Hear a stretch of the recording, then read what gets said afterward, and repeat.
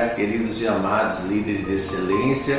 Estamos aqui numa série de mensagens da qual nós vamos estar transferindo para as células no ano 2020.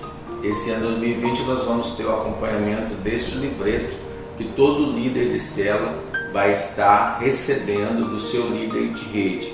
Então aí, se você ainda não recebeu, cobra aí o seu líder de rede, que ele vai estar entregando para você esse livreto e você vai estar sendo discipulado e também preparando a mensagem para a sua célula neste ano 2020. Vamos agora à primeira mensagem das células deste ano. Nós vamos falar sobre a missão da igreja. E o primeiro subtítulo é a igreja, natureza, características e propósitos. Amém? Então você, quando for começar a sua célula, você pode fazer aí o quebra-gelo ao seu critério e depois você vai entrar nessa mensagem, ok? A igreja é o fruto do desejo de Deus de ter um povo com quem possa cumprir seus propósitos. Este povo está em formação, tanto no sentido numérico quanto no que diz respeito à sua transformação em caráter. Ou seja, a igreja é formada de pessoas que abriram seu coração para Jesus entrar. E quando Jesus entra em nossos corações, ele começa a transformar de dentro para fora, moldando aí o nosso caráter, a nossa personalidade. E o grupo dessa pessoa, essa pessoa que se converteu e aceitou Jesus, ela é denominada como a Igreja de Cristo, fazendo parte dessa congregação de salvos. A palavra igreja vem do grego eclésia, que significa chamados para fora. Ou seja, nós fomos chamados para fora deste mundo, para viver uma nova vida em Cristo Jesus. Então, todo salvo, ele é chamado para fora, para trazer para a obra do Senhor, trazendo para a igreja do Senhor. Ele é chamado para fora do mundo. Também significa Assembleia dos Salvos, remidos e lavados pelo sangue do Cordeiro.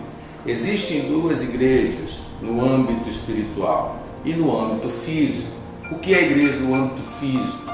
A igreja no âmbito físico é aquela da qual nós vemos, que é composta de não somente os salvos e remidos legitimamente, mas também aquelas pessoas que compartilham, que são companheiros, que são simpatizantes. Então essa é a igreja visível. A igreja invisível é aquela que Deus vê, que é composta realmente dos santos, que Deus percebe que é a igreja realmente lavada e remida pelo sangue do Cordeiro.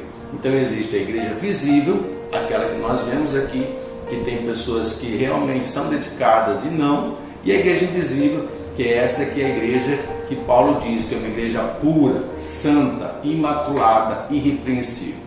Vamos lá então. Quais são as bases da igreja?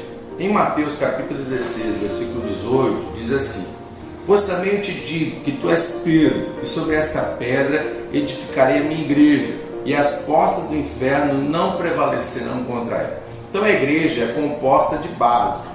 Jesus tem a sua base nos discípulos que ele chamou para compor a base dele. Pedro era o líder da igreja na época. Então ele era a pedra principal, a base principal do nosso Senhor e Salvador Jesus Cristo. Hoje, na visão celular, nós temos muito isso, de ter uma base. Cada líder precisa ter uma base de consolidação, precisa ter uma base de liderança, precisa ter uma base de discipulado. E isso aí é notório, porque ninguém consegue fazer a obra do Senhor sozinho. Jesus foi, mas deixou a sua base, ou seja, para os seus discípulos. Vamos lá então à questão dos propósitos da igreja. Quais são eles? O primeiro propósito da igreja: nós, salvos, remidos e lavados pelo sangue do Cordeiro. Qual é o primeiro propósito nosso sobre a face da terra? Primeiro, para com o mundo, evangelização e misericórdia. Portanto, ide, fazei discípulos de todas as nações, batizando-os em nome do Pai, do Filho e do Espírito Santo. Isso está descrito no livro de Mateus, capítulo 28, versículo 19.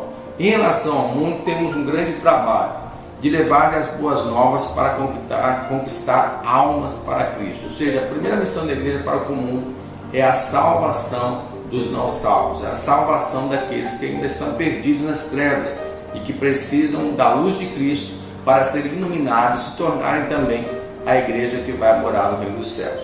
O segundo propósito para com para com Deus é a questão da adoração. Em Colossenses 3,16 diz: a palavra de Cristo habita em vós abundantemente em toda sabedoria, ensinando-vos e admoestando-vos uns aos outros com salmos, hinos e cânticos espirituais, cantando ao Senhor com graça em vosso coração.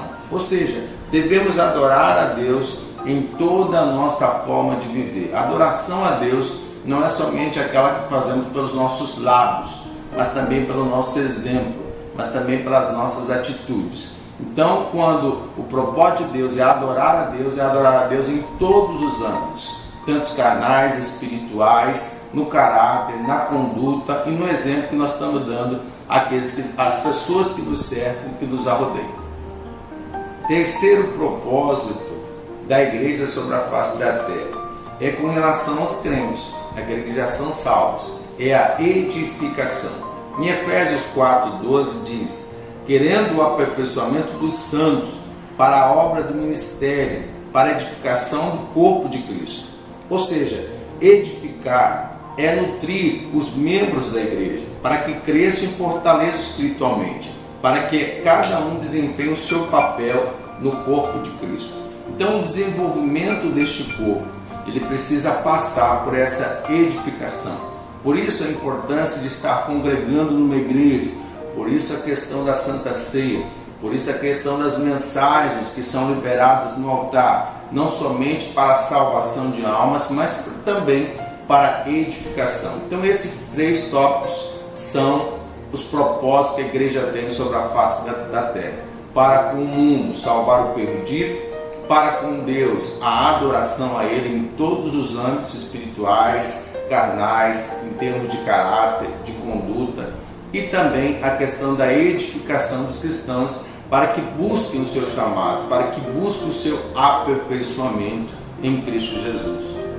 Com isso, amados, nós entendemos que nós somos o corpo de Cristo e temos essas funções no âmbito espiritual, de estar fornecendo salvação aos perdidos, de estar adorando a Deus e também de estar nos edificando e buscando crescimento espiritual.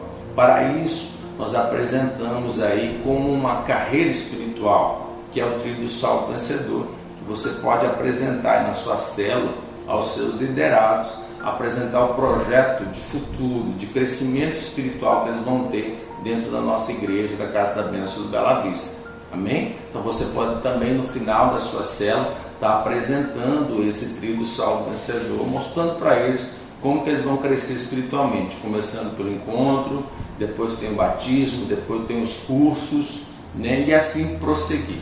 Amém?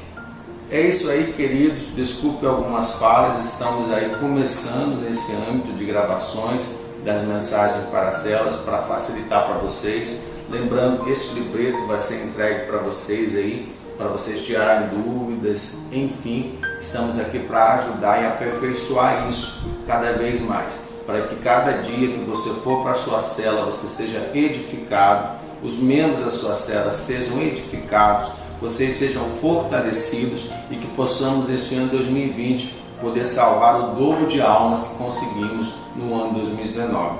No ano 2019 nós fechamos com 135 almas sendo batizadas. No ano 2020 nós queremos dobrar isso para a honra e glória do nome do Senhor Jesus. Fica com Deus. Semana que vem nós estaremos aí na segunda mensagem para as células, na segunda semana.